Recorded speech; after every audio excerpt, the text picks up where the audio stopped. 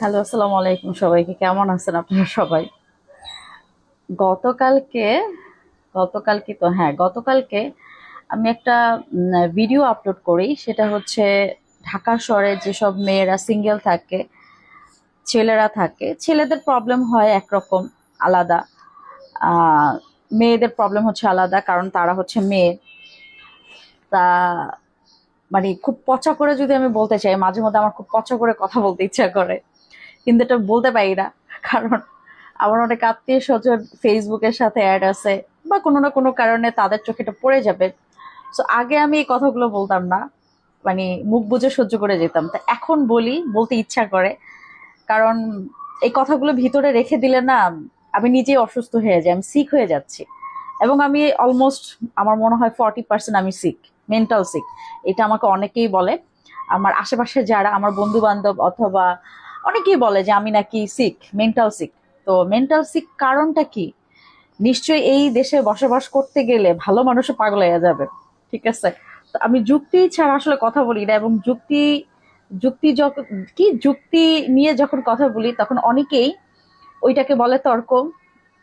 ওইটাকে বলে মুখে মুখে তর্ক করি, আমি বেয়াদব, আমি অমুক, আমি তমুক, এ সমস্ত নানান কাহিনী। যাই হোক, এত কথা বলতে না যাই, মানে এত কথা না বলি, আসল কথা বলি। সেটা হচ্ছে, গতকালকে আমি একটা ভিডিও আপলোড করছিলাম এই যে সিঙ্গেল মেয়েদের নিয়ে থাকা নিয়ে এই প্রবলেমগুলো। এই প্রবলেমগুলো তো অনেকদিন ধরে হচ্ছে। একজন ভদ্রলোক আমাকে বিশাল বড় একটা কমেন্ট করছে, আরমান খান। হুম, এই যে আরমান খান, দেখা যাচ্ছে কিনা জানি না। বিশাল বড় একটা মানে লিখছে, সে বিশাল বড় রচনা লিখছে। তো সরি আমি তার নামটা উচ্চারণ করার জন্য, বাট তার এতগুলো কথা আমি আসলে পড়িও নাই, জাস্ট কিছু কিছু লাইন আমি পড়ছি। এবং সে অনেক কিছু বুঝাইছে যে আমি কি বলে, আমি ভুলের মধ্যে বসবাস করতেছি। আচ্ছা, পুরুষ মানুষের বিষয়টা আলাদা, মেয়েদের বিষয় আলাদা, আমি মেয়ে হয়ে কেন এখনো বিয়ে করি নাই, বিয়ে করাটা উচিত ইত্যাদি। তারপর হচ্ছে কি, এই দুনিয়াটা অনেক ছোট, ইহকালের চিন্তা করতে হবে আমাকে, পরকালের কথা ভাবা উচিত, প্রত্যেকটা জীবনের মৃত্যু আছে। তারপর হচ্ছে কি, জাহান্নামে যেতে হবে, দুনিয়ার সবার সাথে তোমাকেও জাহান্নামে যেতে হবে, মানে আমাকে জাহান্নামে যেতে হবে। এইটা সে একদম ফলো করে বলে দিছে। হ্যাঁ, আচ্ছা। তারপর হচ্ছে সব ধর্মের মূল ভাষ্যমতে ইসলামের বিধানই সঠিক। আচ্ছা, ইসলামের বিধান সঠিক, এখানে তো আমি তার সাথে দ্বিমত করছি না, বাট আমি জাহান্নামে যাব সেটা সে কনফার্ম। ওকে। তারপর হচ্ছে পাপী, আমি পাপী, আমি, আমার গার্জিয়ান নাই, গার্জিয়ান অবস্থায় থাকতে আমার বিয়ে শাদী করা উচিত ছিল। আচ্ছা, সে এগুলো যে বলতেছে আমার গার্জিয়ান থাকা অবস্থা আমার বিয়ে শাদী করা দরকার ছিল, মানে সে তো আমার জাস্ট একজন ফলোয়ার। সে ফলো করে বলে কিভাবে যে আমার গার্জিয়ান থাকার সময় আমার বিয়ে শাদীর কোনো মানে ঘর আসে নাই, বা আসলেও সেটা কোনো না কোনো কারণে হচ্ছে পিছায় গেছে বা হয় নাই, এটা সে বলে কিভাবে? সে না, এখানে ফেসবুক যারা ফলোয়ার্স, যারা ফলো করে আমাকে, যারা আমাকে দেখে, জানে, বুঝে, কেউই তো জানে না, কেউ বলতেও পারবে না। সো এইটা আসলে একটা মূর্খতার প্রমাণ দিচ্ছে যে কোনো মানুষকে না জেনে না বুঝে তাকে জাজ করা এবং তার সম্পর্কে কথা বলা, ইভেন তার চরিত্র সম্পর্কে কথা বলা, এইটা আসলে আপনাদের কারোরই রাইট নাই, সেটা ছেলে হোক আর মেয়ে হোক। চরিত্র সবারই সমান। ঠিক আছে? সেটা ছেলে হোক মেয়ে হোক, যে কোনো একটা ছেলেকেই আমি ফেসবুকে দেখলাম, বা তার হচ্ছে আউটলুকিং দেখে তাকে আমি জাজ করলাম।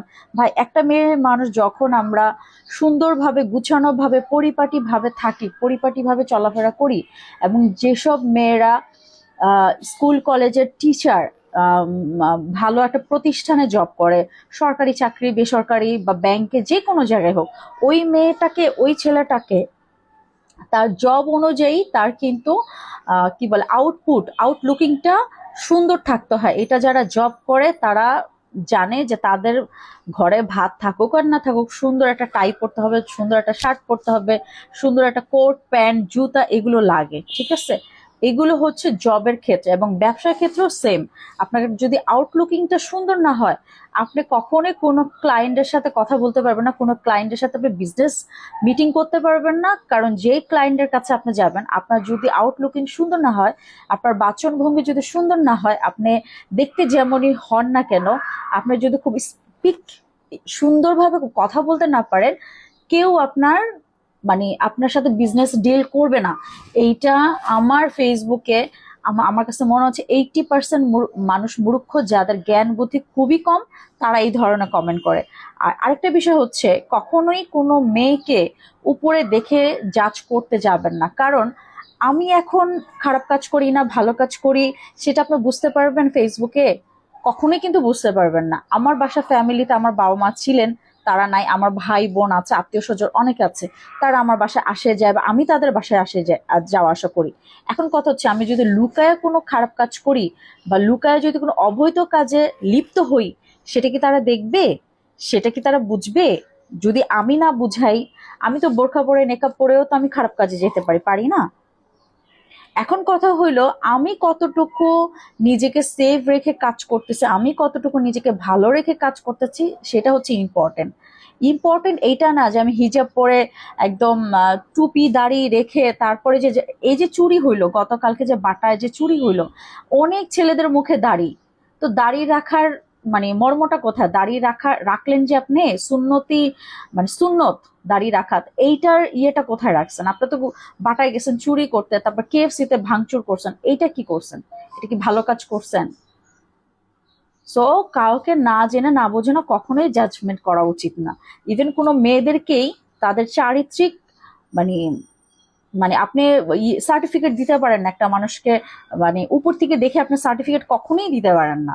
যদি তাকে আপনি পুরোপুরি না চেনেন না বোঝেন, সে যদি আপনার বন্ধু না হয়, সে যদি আপনার আত্মীয় না হয়, তার সাথে যদি আপনার গুড রিলেশন না থাকে, কখনোই আপনি একটা মেয়েকে নিয়ে বাজে মন্তব্য করা উচিতই না, যেটা আমাদের দেশে 99% মানুষ করে।